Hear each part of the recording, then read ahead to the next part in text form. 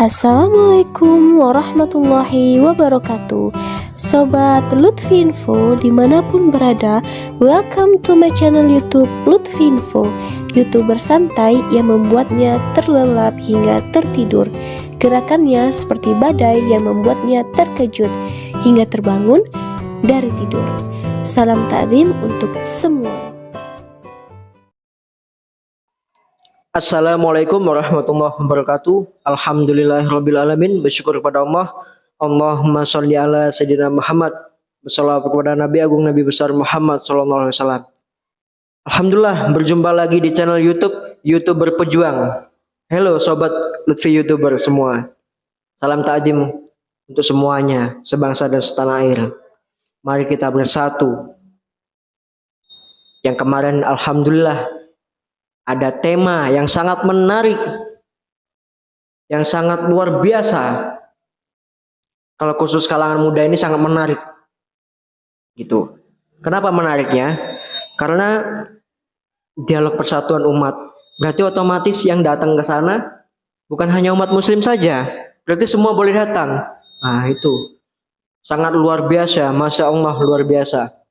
Alhamdulillah. Di saat dialog persatuan umat, tepatnya tanggal 31 yang lalu, itu bertempat di Jember. Sangat luar biasa, Masya Allah. Pematerinya langsung daripada menantu Habib Rizik Syihab, yaitu Habib Hanif Alatas, dan ada juga Dr. Faisal bin Madi, dan juga ada Sohibul Tanggul, yaitu Habib Haidar Al-Hamid. Masya Allah luar biasa di situ. Jadi kalau menurut saya pribadi, dialog persatuan umat itu memang butuh di saat akhir zaman seperti ini, di saat situasi kondisi saat ini, karena butuhnya persatuan gitu.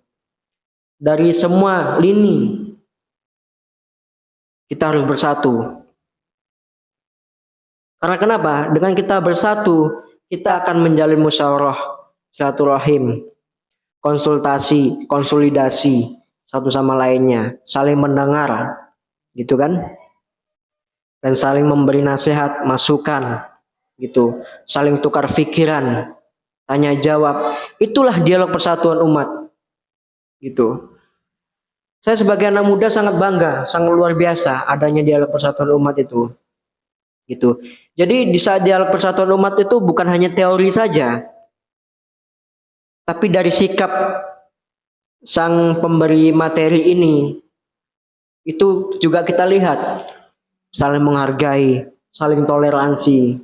Yang penting sesuaikan syariat, gitu, tidak keluar dari syariat, gitu.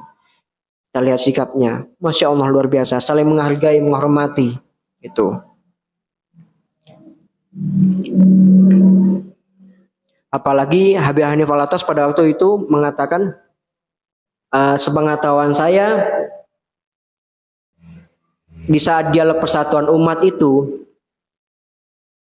kan para pemateri ini seperti Habib Hanif, Dr. Faisal, terus Habib Haidar Al-Hamid, itu kan masuk ke ruangan itu di saat mahalul qiyam. Sedangkan Dr. Faisal ini kan menghargai dan menghormati di saat beliau ada di situasi saat itu. Tapi di situ saya melihat sikap dan tindakan dari Dr. Faisal itu sangat luar biasa. Beliau menghargai, menghormati, toleransi di situ. Gitu. Beliau masuk ke ruangan itu di saat mahalul qiyam. Sangat luar biasa. Habib Hanif pun mengungkapkan pada waktu itu kan kaget juga. Sangat luar biasa. Jadi kita dengan sikap itu loh, satu sama lainnya, itu juga ilmu. Jadi bukan hanya teori saja. Dari sikap sang tokoh atau pemateri itu juga dilihat. Khususnya generasi muda seperti saya ini kan gitu. Masya Allah luar biasa. Yang intinya generasi muda ini harus bangkit, harus menyusun strategi yang tersistem dan termanajemen dengan rapi gitu. kita berjuang sesuai makamnya masing-masing gitu. Yang penting sesuai akan syariat. Menyampaikan amar ma'ruf tetap, tapi nahi mungkar juga tetap, tapi dengan ilmu, bukan kita caci maki atau menghina, tidak itu. Karena kalau kita caci maki, menghina, apalagi menanggapi komentar atau apa yang masuk kepada kita, itu suatu bumerang untuk kita. Kita nggak usah ditanggapin gitu. Cukup kita jawab dengan tersenyum aja gitu. Karena kita nggak mau ada perpecahan di situ gitu. Di situ nanti kalau kita menanggapin pasti ada salah satu yang memprovokator, ayo tanggapin itu. Jadi kita kebawa suasana kondisi saat itu tanpa kita memikirkan, konsultasi kepada para tokoh yang lainnya. Jadi kita dijebak di situ, akhirnya namanya manusia kan tidak luput dari kesalahan, pasti kita akan ada di saat itu salah dalam ucapan, dalam sikap, dalam tindakan kita pasti ada. Itu kepleset. Akhirnya apa? Mereka memanfaatkan itu untuk membungkam kita dengan pasal-pasal yang ada saat ini. Pasal karet itu undang-undang ITE. Gitu kan? Gitu. Jadi yang kontra-kontra ini pasti akan dikenai pasal-pasal seperti ini. Tapi tidak apa-apa, yang penting kedepannya kita, tapi terserah mereka lah. Mungkin pengadilan di dunia seperti ini, entah pengadilan akhirat seperti apa kita tidak tahu. Jawaban kita tetap, apa kata imam besar itu mengatakan, sampai jumpa di pengadilan akhirat. Di dunia memang kita tidak bisa diadili, atau tidak bisa ditegakkan keadilan yang seadil-adilnya.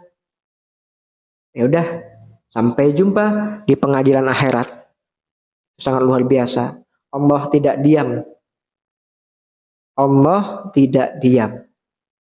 Kita lihat sendiri kan, tanpa kita ketahui, tanpa kita sadari, kita kaget. Semua juga kaget. Oh, kok gitu ya? Oh, gini ya, gitu. Kita kaget. Hanya kan kebongkar semua. Mereka menyusun dengan rapi kemunafikan, kezaliman, kemungkaran. Mereka menyusun dengan rapi, tersistem dan termanajemen. Tapi ingat, makar Allah itu sangat pedih. Kamu menyusun apapun, kalau kamu tidak niatnya karena kezaliman, kemungkaran, itu pasti akan hancur skenario yang engkau buat sendiri. Pasti engkau akan terjebak dengan rancangan engkau sendiri. Allah pun akan menolong seseorang yang berjuang karena Allah Ta'ala. Lillahi Ta'ala. Yang penting perjuangan itu bukan menang, bukan kalah. Tapi tetap satu, istiqomah. Dalam menyampaikan, dalam menyuarakan, dalam sikap kita tetap istiqomah. Itu yang paling penting. Memang godaannya sangat luar biasa. Gitu. Kalau tidak ego, nego. Itu saja. Godaannya para pejuang, para tokoh, para kiai, para gus. Itu. Godaannya kalau nggak ego, nego. Gitu. Dalam perjuangan. Makanya hidupkanlah perjuangan. Ayo saudaraku semua, hidupkanlah perjuangan. Bukan cari hidup dalam perjuangan itu. Kita menanamkan sesuatu, pasti kita akan mendapatkan hasilnya. Pasti. Kalau kita tidak dapat di saat itu, mungkin kemudian hari atau tidak kelak kita di alam kubur atau di yaumil mizan, pasti kita akan mendapatkan hasilnya, memetik hasilnya gitu. Jangan ragu, jangan takut kita. Yang penting tetap istiqomah. Ayo kita bersatu. Ingat sila ketiga, persatuan Indonesia. Itu.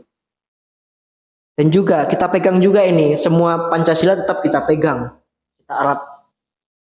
Tapi terkhusus ini 3. Sila ketiga ini, yaitu persatuan Indonesia.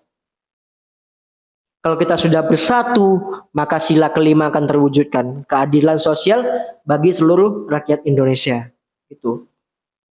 Kita rindu akan keadilan, rindu akan kebenaran, bukan rindu akan pembenaran. Kita rindu sama kebenaran ini, sangat rindu. Kadang orang mencari pembenaran aja, tidak mau mengintrospeksi. Gitu kan?